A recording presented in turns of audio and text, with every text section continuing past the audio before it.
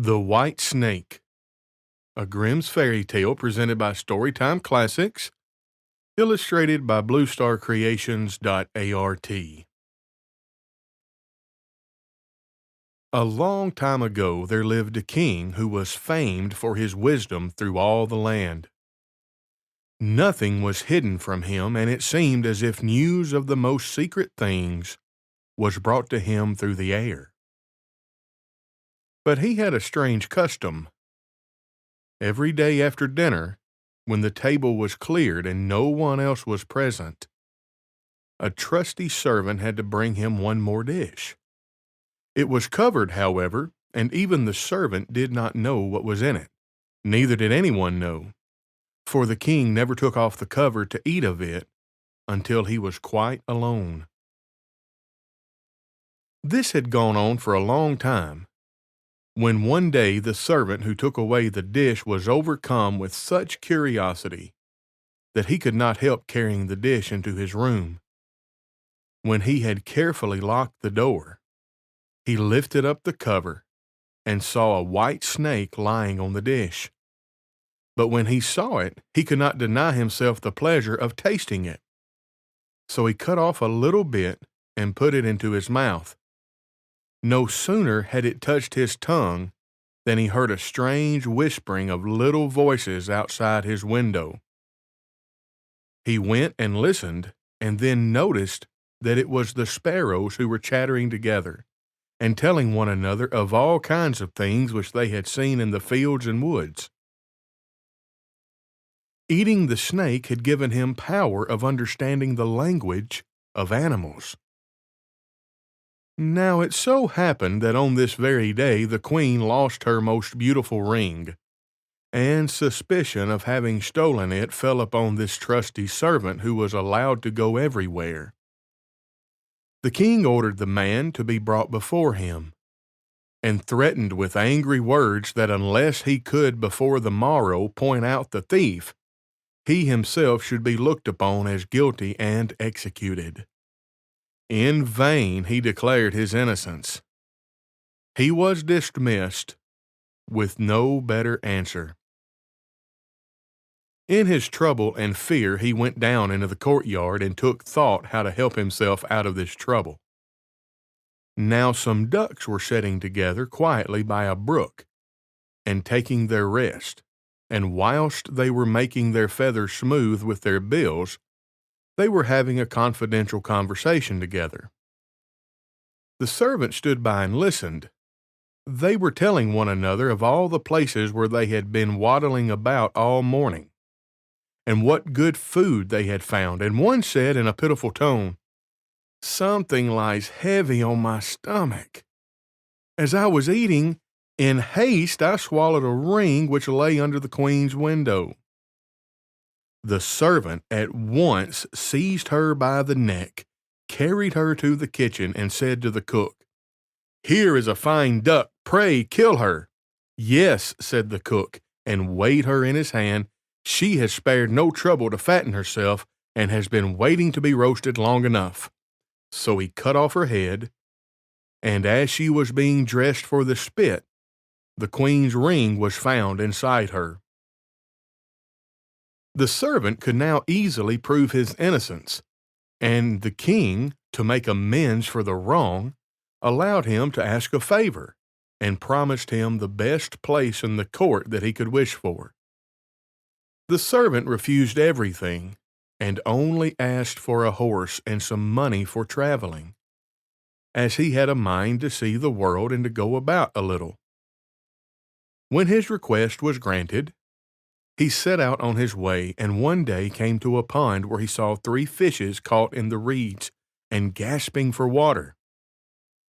Now, though it is said that fishes are dumb, he heard them lamenting that they must perish so miserably, and, as he had a kind heart, he got off his horse and put the 3 prisoners back into the water.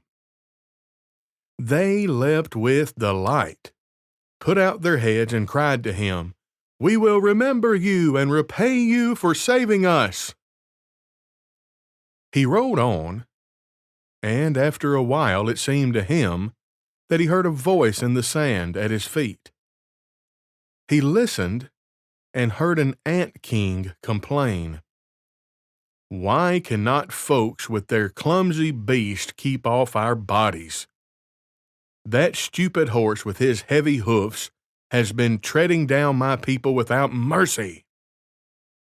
So he turned on the side of the path, and the ant king cried out to him, "We will remember you. One good turn deserves another."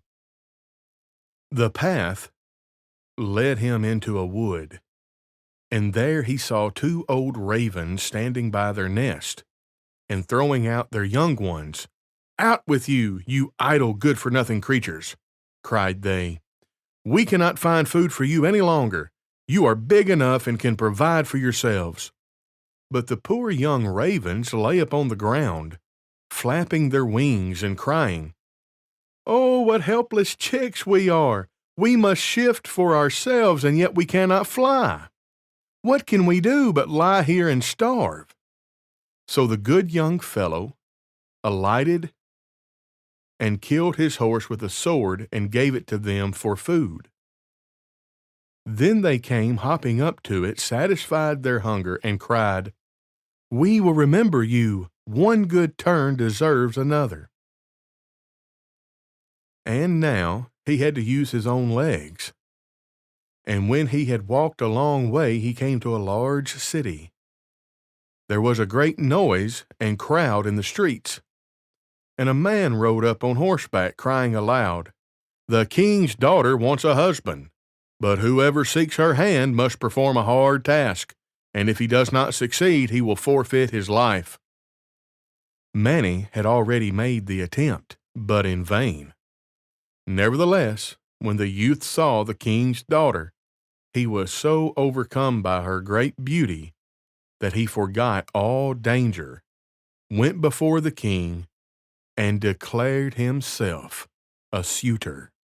So he was led out to the sea, a gold ring was thrown into it before his eyes, and the king ordered him to fetch this ring up from the bottom of the sea, and added, "If you come up again without it, you'll be thrown in again and again until you perish amid the waves." All the people grieved for the handsome youth. Then they went away, leaving him alone by the sea. He stood on the shore and considered what he should do, when suddenly he saw 3 fishes come swimming towards him, and they were the very fishes whose lives he had saved. The one in the middle held a mussel in his mouth, which it laid on the shore at the youth's feet. And when he had taken it up and opened it, there lay a gold ring in the shell. Full of joy, he took it to the king and expected that he would grant him the promised reward. But when the proud princess perceived that he was not her equal in birth, she scorned him and required him first to perform another task. She went down into the garden and strewed with her hands 10 sackfuls of millet seed on the grass. Then she said, "Tomorrow morning before sunrise, these must be picked up, and not a single grain be wanting." The youth sat down in the garden and considered how it might be possible to perform this task. But he could think of nothing. And there he sat sorrowfully awaiting the break of day, when he should be led to death. But as soon as the first rays of the sun shone into the garden, he saw all 10 sacks standing side by side, quite full, and not a single grain was missing.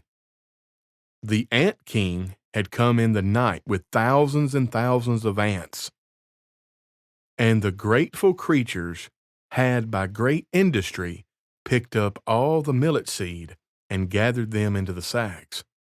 Presently the king's daughter herself come down into the garden, and was amazed to see the young man had done the task she had given him. But she could not yet conquer her proud heart, and said, "Although he has performed both the task, he shall not be my husband until he had brought me an apple from the tree of life."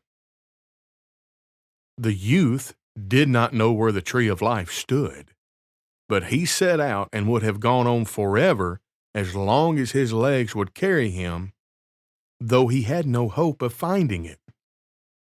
After he had wandered through 3 kingdoms, he came one evening to a wood and lay down under a tree to sleep. But he heard a rustling in the branches, and a golden apple fell into his hand.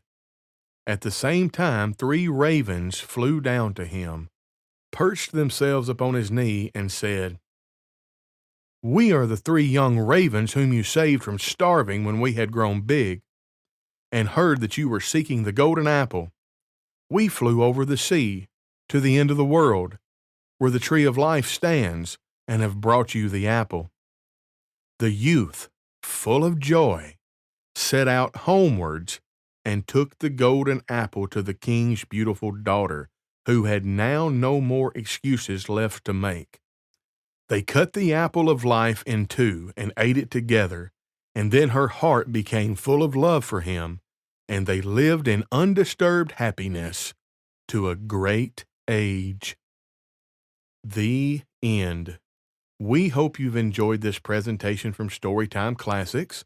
We hope you go to www.bluestarcreations.art and check out the things they have over there in their merch shop. We would hope, if you like the content, to subscribe and hit the notification bell and tune in each week as we bring you more stories from the classics.